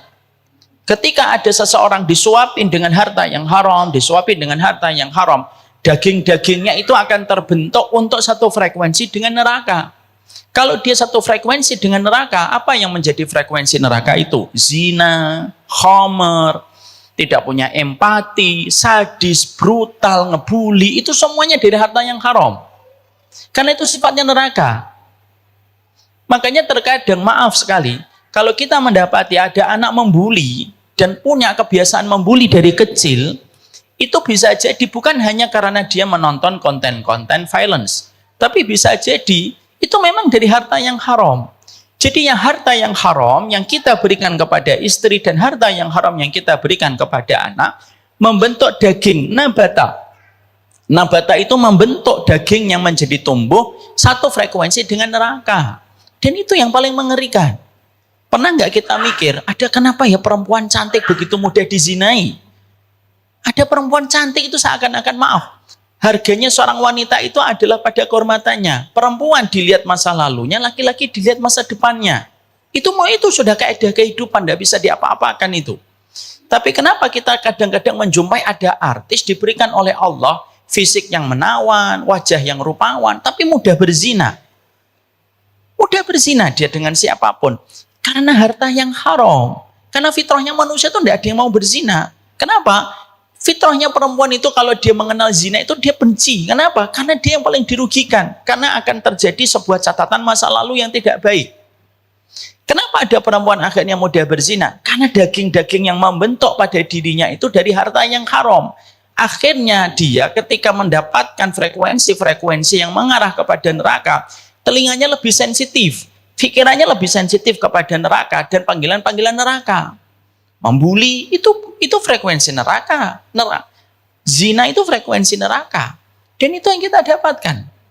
Makanya kenapa kita harus berkata kepada diri kita sebagai laki-laki dan kita berkata kepada suaminya. Kepada suaminya, Bang, tolong jaga harta kita dari yang haram. Sekalinya kamu membawa harta haram karena kamu takut miskin, maka anak kita yang jadi korban. Anak kita jadi tidak punya proteksi kepada dirinya sendiri. Kalau dia tidak punya proteksi karena seluruh yang dia makan ini harta yang haram dan Allah tinggalkan. Kalau Allah sudah tinggalkan, siapa yang menyambar seorang hamba kalau sudah ditinggalkan oleh Allah? Kalau ada seorang anak sudah ditinggalkan oleh Allah karena telinganya, tangannya, kakinya, semuanya itu terinput dari harta yang haram, ditinggalkan oleh Allah karena Allah tidak pernah menyapa orang yang mereka itu memiliki keharaman dalam dirinya. Yang menyambarnya siapa kalau bukan setan kalau Allah sudah meninggalkan? Kaidah kehidupan itu simpel, ibu dan bapak. Kalau kita nggak dijaga sama Allah, pasti disambar sama setan. Coba kita lihat, kalau nggak dzikir, pasti ujungnya scrolling. Loh, saya nggak ngomong ibu, saya ngomongnya di sana. Tapi yang di sana pindahan dari sini. Itu kaidah kehidupan tuh begitu. Makanya inilah yang menjadikan kita, kenapa pada zaman fitnah penjagaan kita itu terletak pada harta yang haram. Cukuplah kita disebut sebagai umatnya Nabi itu ketika tidak makan harta yang haram. Dan setan kenapa begitu mudah memperdaya kita untuk makan harta yang haram? Karena setan mempermudah kita untuk makan yang haram karena bayang-bayang jadi miskin. Kita memang khawatir kalau miskinnya kita itu ngerepotin orang. Tapi kalau miskinnya kita menjaga marwah keimanan, bisa jadi yang miskin inilah yang Allah berikan banyak kebaikan di hari akhirat. Yang kita khawatirkan bukan miskinnya, yang kita khawatirkan bukan kayanya. Tapi kita tidak paham maknanya terhadap kemiskinan dan kekayaan yang Allah berikan kepada kita. Kita meminta kepada Allah supaya anak kita diberikan kecukupan, minta sama Allah. Tapi yang paling penting membangun basic kepada dirinya bagaimana kalau tiba-tiba angin kehidupan tidak berpihak kepadanya. Saya tuh pingin sekali ngajarin anak saya. Makanya ngajarin anak saya itu sama istri, walaupun masih jauh dari kata sempurna. Kita ngajarin jangan beli barang kecuali sudah rusak ya nak. Kenapa sih Bi? Kan Abi punya rezeki. Iya, Abi punya rezeki. Supaya kamu paham caranya menyikapi kehidupan kalau anginnya tidak bertiup kepadamu di masa mendatang. Kalau akhirnya anak kita tahu bagaimana cara mereka bersahabat dengan keterbatasan, anak kita baik-baik saja. Tapi kalau anak kita tidak paham bagaimana bersahabat dengan kekayaan dan kemiskinan dengan caranya Allah, itu merusak itu. Itulah kenapa hari ini banyak perempuan rela operasi plastik, pamer di podcast, bahkan bagian sensitif dari tubuhnya pun dia ceritakan tanpa dia merasa risih. Fitrah mana ini? Yang hilang itu fitrah mana? Saya pernah menjumpai ada seorang yang menceritakan operasi plastiknya, itu tanpa dia malu sama sekali. Bukan hanya pada face-nya, tapi bagian sensitif dari tubuhnya pun dia ceritakan mengalami operasi plastik. Lalu dia tanpa merasa memiliki perasaan malu. Padahal fitrah ini merupakan basic dalam kehidupan seorang wanita. Tapi itulah setan. Asyaitanu ya'idukumul faqra. Setan itu menakut-nakuti kamu menjadi miskin. Lah perempuan semacam ini yang sudah membalut tubuhnya dengan berbagai macam supaya dia bisa mendapatkan kekayaan dan lelaki kaya. Lah sekalian nanti dia didolimi. Nangis di depan publik. Ya tidak salah nangis di depan orang juga tidak salah. Tapi kenapa sih kalau kamu memang sudah memproklamirkan tentang zina, kenapa kamu harus nangis dengan zinamu di depan orang? Ada orang bangga dengan zinanya, tapi ketika dia mendapatkan sesuatu dari hasil zinanya dia nangis. Kan nggak adil buat kita sebagai rakyat. Paham maksud saya? Paham maksud saya? Orang yang sudah memproklamirkan zina, lalu dia mendapatkan hasil dari zinanya, lalu dia nangis, itu menurut saya tidak adil. Berarti dia tidak konsisten dengan apa yang dilakukan. Kecuali ada perempuan baik-baik yang mereka melakukan perkara itu dan akhirnya mereka mendapatkan penipuan atau mendapatkan kekerasan. Itu beda perkara. Semua kita harus memberikan empati. Tapi itulah kenyataan yang hari ini terjadi. Makanya ngeri hari ini. Ngeri sekali. Ada orang di sawer pun bisa memproklamirkan apa yang dia dapatkan dari saweran. Makanya akhirnya membentengi anak kita bahwasanya konsep rezeki yang benar itu kayak apa, itu penting. Saya sama anak saya nomor 2 itu saya sampaikan mana profesi yang boleh dan mana profesi yang tidak boleh. Ya. Saya sampaikan Bang, ini profesi yang boleh ya, ini profesi yang tidak boleh. Tertarik apapun kamu dengan profesi ini, Abi tidak ridho kamu mengambil profesi ini. Kalau profesi ini silahkan, apapun selain dari profesi ini silahkan. Yang dilarang selalu lebih sedikit daripada yang dihalalkan. Kita diharamkan dari khamr, yang dihalalkan lebih banyak. Ini bukan berarti ini khamr ya, ini kopi. Yang diharamkan alkohol, yang boleh apa? Es jeruk, es teh. Yang di sini nggak ada es jeruk, nggak ada es teh. Yang diperbolehkan selalu lebih banyak. Maka disitulah kita akhirnya memahami kenapa orang ngambil harta yang haram. Maka itu berdasarkan kepada surat Al-Baqarah 268 jatuh miskin. Ibu-ibu, saya minta tolong banget. Ibu-ibu itu partnernya kami, para dai. Karena yang menyampaikan ilmu pertama kali itu ibu-ibu sebelum bapaknya. Sampaikan kepada anak-anak kita, nak, miskin dan kaya itu takdir dari Allah. Yang penting kamu tetap berusaha. Kamu berikhtiar, apakah nanti nasibnya kamu sama kayak bapakmu, kayak raya, ibu juga tidak bisa menjamin. Tapi kalau kamu miskin tetapi kamu menjaga untuk tidak meminta-minta, itu mulia. Kalaupun kamu menjadi kaya tetapi kamu bersyukur, itu juga mulia. Tapi apapun kehidupan yang nanti kamu akan dapatkan ketika angin tidak bertiup kepada hidupmu, kalau angin tidak bertiup kepada hidupmu, jangan marah sama Allah. Lu hari ini Gen Z, Bu, saya mendapati Gen Z itu banyak yang marah sama orang tuanya gara-gara orang tuanya cuma tukang ojol. Pernah dapetin videonya? Ada seorang anak perempuan marah-marah sama bapaknya gara-gara bapaknya cuma tukang ojol. Naudzubillah min dzalik. Ada yang marah-marah karena bapaknya tukang sapu di pinggir jalan. Itu yang kita harus sampaikan. Makanya kita harus memegang. Kita harus ngelawan sebuah narasi dan sebuah tayangan yang dibuat oleh setan. Setan itu nakut-nakutin kamu jadi miskin. Kita terlalu lama ngelihat kekayaan orang, Bu. Lama-lama kita jadi benci miskin. Ibu lihat tiap waktu, artis ini beli Ferrari, artis ini punya rumah di sini, artis ini punya rumah di planet ini, artis ini punya rumah di sini. Itu ngerusak itu. Beneran ngerusak itu. Bukan rusak kontennya, enggak, ngerusak untuk kitanya. Kenapa? Akhirnya ketika kita melihat itu terus-menerus, akhirnya kita benci miskin. Ada nggak artis yang mereka memperlihatkan kemiskinannya? Nggak ada, Bu. Tayangan itu nggak ada. Kita janganlah sampai ketika pada zaman hari ini ketika muncul dengan berbagai macam tayangan dan konten, pilihlah konten yang betul-betul bermanfaat untuk kita. Ini konten bagus untuk saya, ambil. Konten ini tidak bagus untuk kita, cukup. Ada orang kaya yang menampilkan, ada orang kaya yang memperlihatkan bagaimana dia memiliki kontribusi untuk orang di sekitarnya, ambil, tidak apa-apa itu.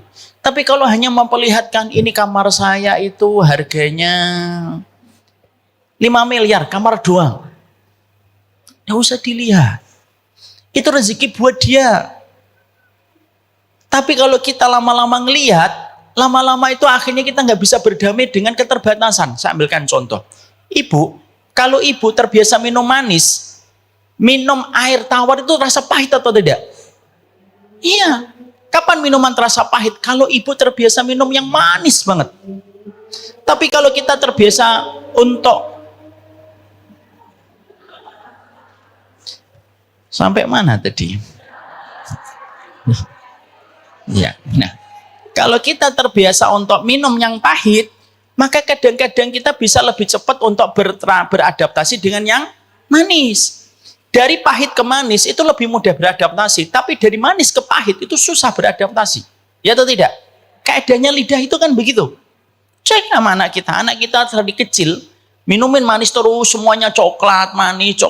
Coba kasih teh tawar, gitu.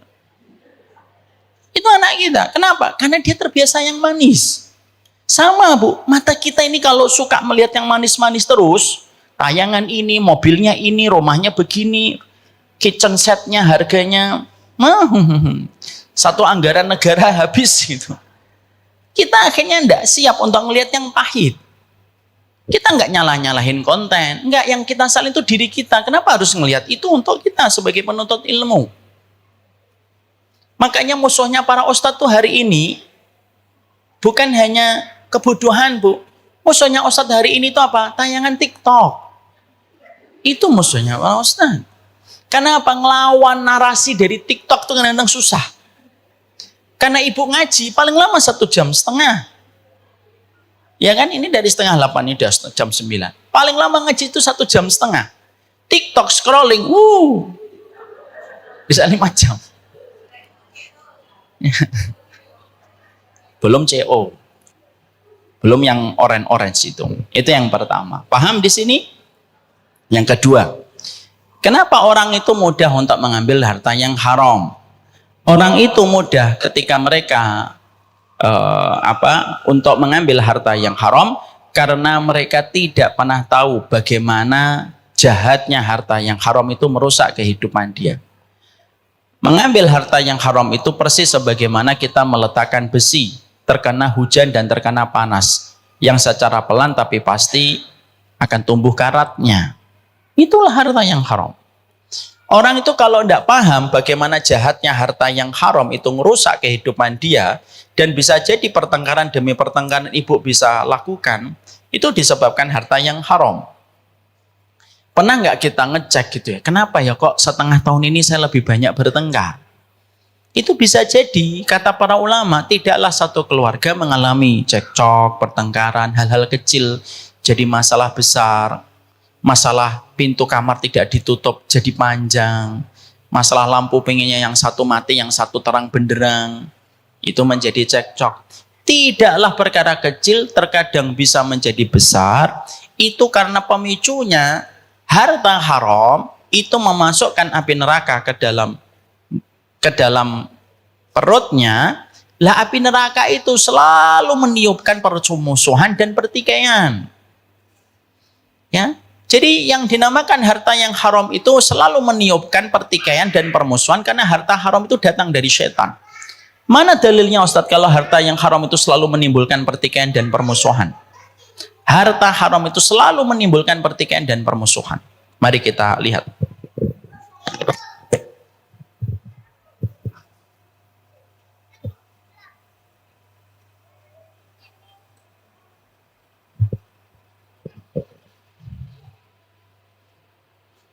Kita lihat di dalam surat Al-Maidah ayat 91.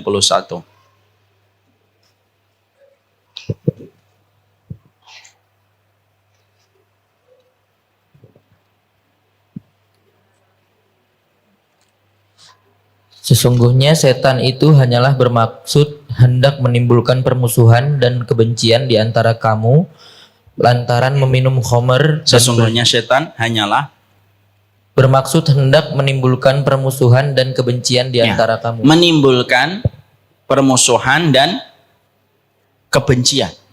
Jadi ini yang dijadikan dalil surat Al-Maidah 91 oleh para ulama. Harta haram itu begitu, Bu. Makanya kalau orang rebutan proyek haram, itu tidak akan pernah bertahan lama. Kalau tujuannya itu hanya untuk mengumpulkan harta tanpa memperdulikan haram ataupun halal. Tidaklah seorang anak jauh dari orang tuanya kecuali salah satunya karena sebab harta yang haram. Makanya ada satu kaidah yang disampaikan oleh para ulama, wa jazaa'u sayyi'atin sayyi'atum misluha. Balasan atas setiap keburukan itu keburukan yang datang setelahnya. Kalau harta haram itu keburukan, pasti menimbulkan keburukan setelahnya. Apa keburukan yang paling dekat dari harta yang haram? Pertikaian dan permusuhan. Sehingga akhirnya Allah yang melembutkan hati manusia, setan yang menjadikan hati manusia bertikai dan bermusuhan. Pertikaian dan permusuhan itulah yang selalu ditimbulkan dari harta yang haram. Makanya akhirnya sering kita jumpai, kenapa banyak orang, anak-anak, kita sering menjumpai di kasus-kasus realita hari ini, baik itu di sosial media ataupun di dalam kenyataan yang kita jumpai. Banyak orang kaya raya mentreat anaknya dengan banyak sekali fasilitas-fasilitas mewah, tapi ternyata bondingnya dengan orang tua itu lemah sekali. Bisa jadi itu harta yang haram. Saya pernah mendapati kisah nyata sekitar 2 pekan yang lalu, ada seorang ibu-ibu cerita, dia punya teman. Temannya ini punya anak perempuannya itu diletakkan di Swiss, Bu. Dari SD, SMP, SMA, kuliah di Swiss. Tapi setelah orang tuanya itu mulai renta dan dia sudah selesai kuliah di Swiss lalu kerja dan kerjanya di Indonesia, baru aja pulang setahun 2 tahun dia langsung menempatkan orang tuanya itu di panti jompo. Ketika ditanya, "Loh, kamu kok tempatkan orang tuamu di panti jompo gitu?" "Iya, enggak apa-apa. Toh saya juga nggak pernah bareng sama dia kok selama ini. Kan saya selama ini dari kecil sampai besar di Swiss." Kenapa dia begitu tega dan tidak memiliki empati? Karena harta haram itu mengikis empati. Allah sampaikan ini dalam surat Al-Maidah 91, al-baghdha, al-adawatu wal baghdha, yaitu adalah menimbulkan permusuhan dan kebencian. Makanya tadi saya menyampaikan kan di poin yang pertama, bisa jadi seseorang itu jatuh dalam perzinahan, itu kasusnya itu ada kaitannya dengan harta yang haram. Itulah ngerusaknya harta yang haram yang kedua. Kenapa orang itu mengambil harta yang haram? Dia tidak tahu betapa dahsyatnya harta yang haram itu merusak keberkahan di dalam hidupnya. Yang ketiga, kenapa harta haram itu mudah untuk didapatkan? Kalau hati sudah tidak bersyukur, kalau kita sudah tidak bersyukur dan menetapkan standar kebahagiaan kita berdasarkan angka nominal, Kalau kita sudah tidak bersyukur, maka pasti kita akan senantiasa merasa kekurangan. Kalau sudah merasa kurang, maka berapapun harta itu akan diambil supaya bisa menutupi rasa khawatirnya terhadap kekurangan. Tidak syukurnya manusia terhadap apa yang Allah berikan kepadanya, itulah yang menjadikan dia terus mengambil harta yang haram, harta yang haram, harta yang haram. Dan harta yang haram tidak akan pernah memberikan kepada kita kecukupan. Yang keempat, kenapa orang itu mengambil harta yang haram? Karena dia tidak mendapatkan support system yang baik. Istrinya tidak pernah menasehati, anaknya tidak pernah memberikan masukan. Bahkan istrinya yang selalu merongrong supaya suaminya itu bisa mendapatkan harta sebanyak mungkin. Sehingga akhirnya suami itu gelap mata. Kenapa? Karena sekalinya dia pulang tidak membawa harta yang halal, maka pasti istrinya itu membuka front pertempuran. Sehingga akhirnya tidaklah seorang laki-laki ngambil yang haram itu karena kondisi seorang istri yang tidak memiliki sikap qanaah. Makanya ibu, saya sampaikan, saya tuh ingin mendidik ibu, tidak apa-apa, saya tiap bulan datang dari Bekasi ke sini. Walaupun jauh sekali. Dan kalau libur saya dikritik, tidak apa-apalah. Saya senang datang ke sini, tapi salah satu yang ingin saya sampaikan, ibu harus menjadi support system untuk suaminya. Kalau ibu tiba-tiba mendapati harta suaminya tiba-tiba naik 200 kali lipat daripada sebelumnya yang biasanya cuma 500 juta, kok sekarang tiba-tiba 50 miliar, ibu tanya. Ibu tanya dari mana? Jangan ketika suaminya ngomong tadi nemu di pinggir jalan, oh iya, diterima. Bersikap selektif itu penting, walaupun kita tidak boleh untuk kasar kepada sang suami. Saya ingatkan ibu, kalau suami berbuat dosa, ibu terkena tanggung jawabnya enggak di hadapan Allah? Ibu terkena tanggung jawabnya enggak di hadapan Allah? Enggak. Tapi mengingatkannya itu merupakan kewajiban. Tapi ingat, mengingatkannya dengan cara yang ma'ruf. Kenapa? Ngomong sama pemimpin itu enggak boleh ngomong sama bawahan. Jangan ditanggepin. Lihat-lihat suaminya dong Ustaz. Jangan gitu. Suami sama semuanya. Ingatkan suaminya dengan cara yang baik. Ini ada sebuah kisah yang terjadi. Hasan Al-Basri pernah masuk pasar. Tahu Hasan Al-Basri? Insya Allah tidak tahu. Beliau ulama besar. Setelah masa para sahabat. Hasan Al-Basri itu masuk ke pasar. Lihat orang jualannya itu brutal jualannya. Dia bersumpah demi Allah, demi Allah, demi Allah, demi Allah, demi Allah begitu. Padahal dia berdusta. Lalu Hasan Al-Basri mengatakan, betapa buruknya bermuamalah di dalam perdagangan dengan cara semacam itu. Setelah sekian bulan, dia bertemu lagi dengan pedagang yang sama, orangnya sama. Lalu ternyata caranya itu jauh lebih indah dan jauh lebih syar'i daripada kondisi sebelumnya. Hasan Al-Basri itu kan kaget. Lalu tanya, kok kondisi kamu beberapa bulan yang lalu begini, kok sekarang berbeda? Apa yang menjadikan kamu berubah dan kamu hati-hati sekali ketika kamu berdagang hari ini yang aku jumpai? Perhatikan jawaban dari pedagang ini dan ini memberikan kepada kita sebuah insight. Iya, beberapa waktu yang lalu aku mendapatkan istri saya, selalu dia mengingatkan tentang nominal sebelum aku berangkat. Dan tidaklah yang pertama kali dicek olehnya ketika aku pulang kecuali berapa harta yang aku bawa pulang. Karena dia selalu memperdulikan nominal, maka itulah yang membuatku membabi buta untuk mencari rezeki supaya aku tidak berkonfrontasi dengan istriku. Lalu akhirnya istriku diwafatkan oleh Allah. Mungkin dia juga bersyukur kali itu. Ini tambahan dari saya. Maka diwafatkan oleh Allah, bercanda. Maka diwafatkan oleh Allah, menikah kembali dengan seorang perempuan. Yang kedua ini jauh lebih baik daripada yang pertama. Dan tidaklah dia melepas suaminya kecuali dengan mengatakan bertakwalah kamu kepada Allah. Dan tidaklah dia menyambut suaminya kecuali dia mengatakan pertama kali setiap suaminya pulang itu apa? Kami sabar kalau kami lapar, tapi kami tidak sabar kalau kamu membawa api neraka pulang ke dalam rumah. Nanti ngomong gitu bu ke suaminya. Nanti kalau ibu ngomong kayak gitu langsung diginikan sama suaminya. Tapi perkataan para istri dulu yang bagus sekali, makanya anak-anaknya berkualitas. Apa perkataan mereka? Nasbir alal ju' wala nasbir alan nar. Itu perkataan paling indah yang pernah keluar dari mulutnya perempuan-perempuan terdahulu. Kami sabar mas kalau kami lapar, tapi kami nggak sabar kalau kamu itu membawa api neraka untuk keluarga kita. Karena ketika kita bersabar dengan keterbatasan, mungkin gajinya cuma UMR 5 juta sampai 6 juta. Tapi kalaupun gaji kita cuma 5 juta ataupun 6 juta UMR, tapi itu bersih dan halal, itu akan menjadi benih-benih yang menumbuhkan buah-buah manis di kehidupan masa mendatang. Mungkin cuma 5 juta, tapi anaknya cinta sama ibu. Mungkin cuma 5 juta, tapi bagaimana sang suami terhindar dan terselamatkan dari zina berkali-kali ketika dia digoda oleh perempuan di tempat kantornya. Karena terkadang yang kita lihat itu bukan nominalnya, tapi efek dari nominal itu ketika halal. Yang kita lihat bukan nominalnya yang banyak, tapi efek dari nominal yang banyak itu ketika didapatkan dari cara yang haram. Ini bukan berarti nanti kita suudon sama orang kaya loh Bu. Setiap ada orang kaya, pasti syubhatnya banyak ini ya. Jangan gitu. Sekali lagi banyak orang masuk surga karena kekayaan. Nanti kita akan bahas, mana yang lebih utama, miskin yang sabar atau kaya yang bersyukur?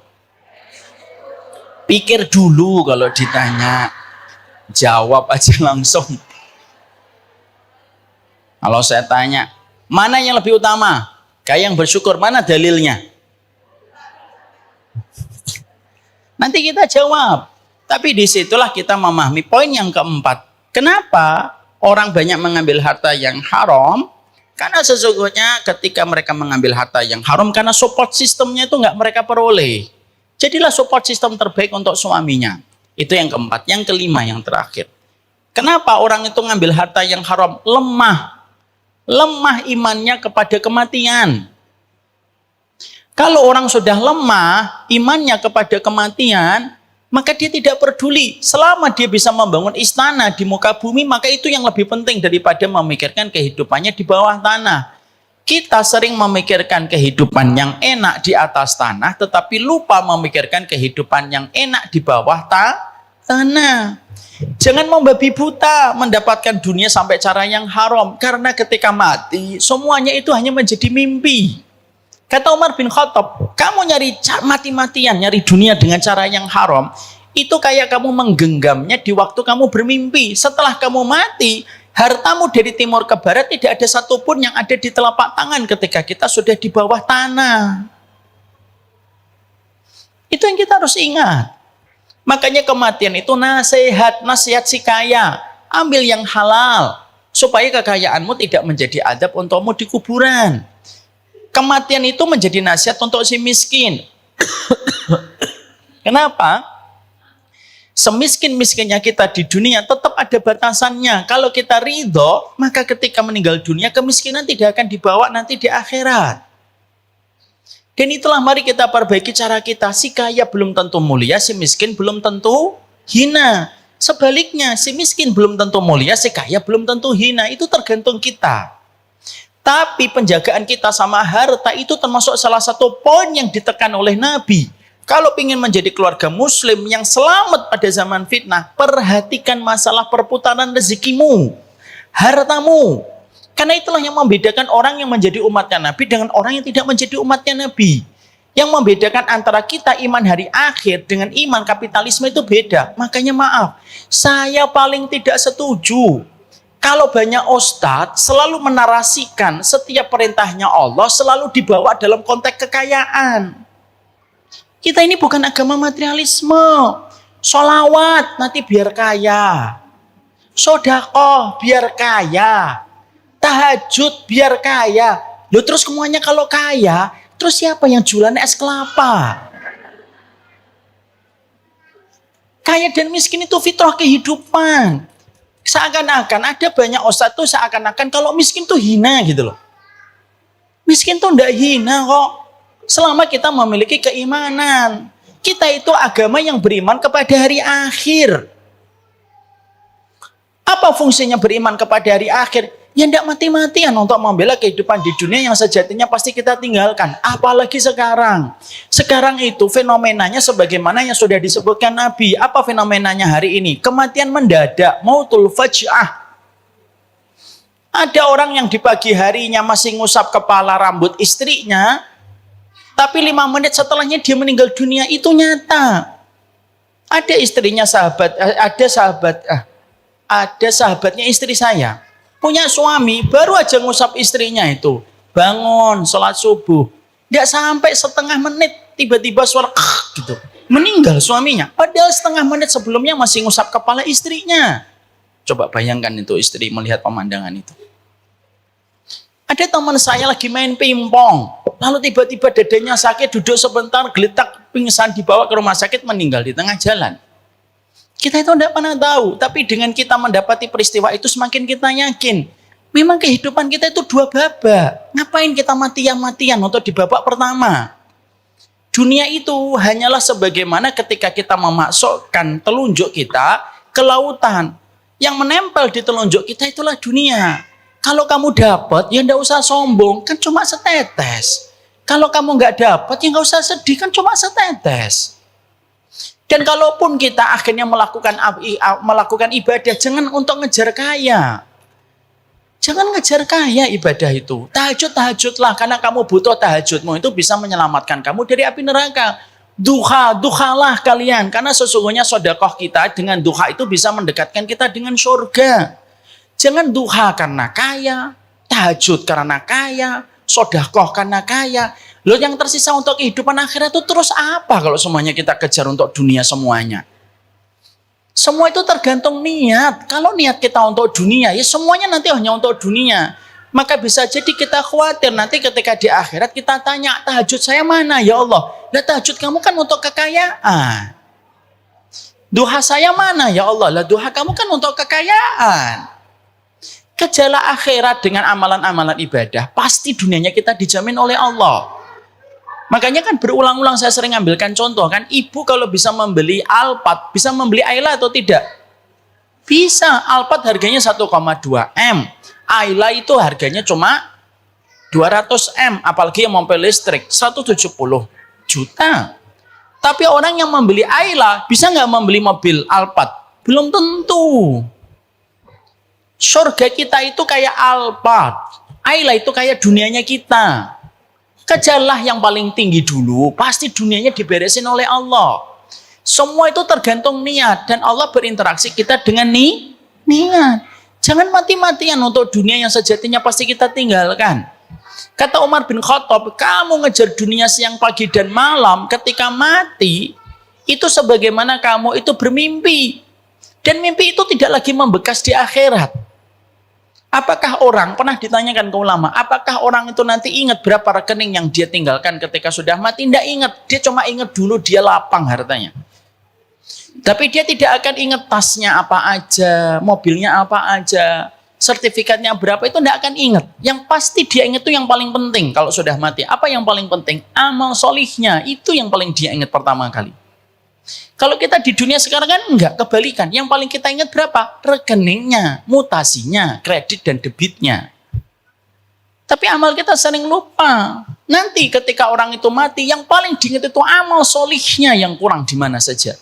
Ya Allah, taklimnya, coba saya lebih lama taklimnya, coba saya lebih lama dzikirnya, saya coba lebih lama tilawahnya, itu yang paling diingat. Rekening terakhir ketika dia meninggal dunia, kata para ulama dia tidak akan ingat. Kenapa? Guncangan kematian menjadikan dia lupa tentang semua urusan dunia. Kenapa?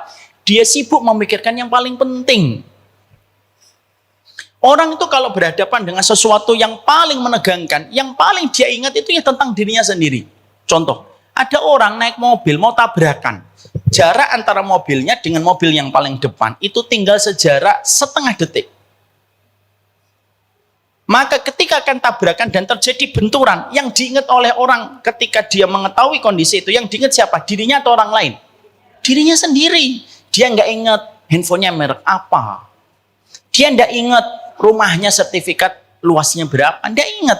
Kenapa? Karena saat itu tidak ada yang paling penting kecuali keselamatan dirinya ketika mau tabrakan. Nah, urusan kematian di alam barzah itu jauh ribuan kali lipat daripada kondisi menegangkan ketika orang mau tabrakan. Sehingga dia tidak ingat apapun. Dan itu jawaban para ulama. Ada nggak orang kalau mati masih ingat berapa rekeningnya, berapa luas meter rumahnya? Nggak akan ingat. Supaya kita paham. Kita hidup pada satu agama yang tidak pernah bosan menasihati kita. Kamu hidup pada dua babak. Dan jangan lupakan babak kedua. Lalu mati-matian mengejar babak yang pertama. Wassalamualaikum Muhammad. Maka lain kesempatan pada bulan berikutnya baru kita akan kaji antara si kaya dan si miskin.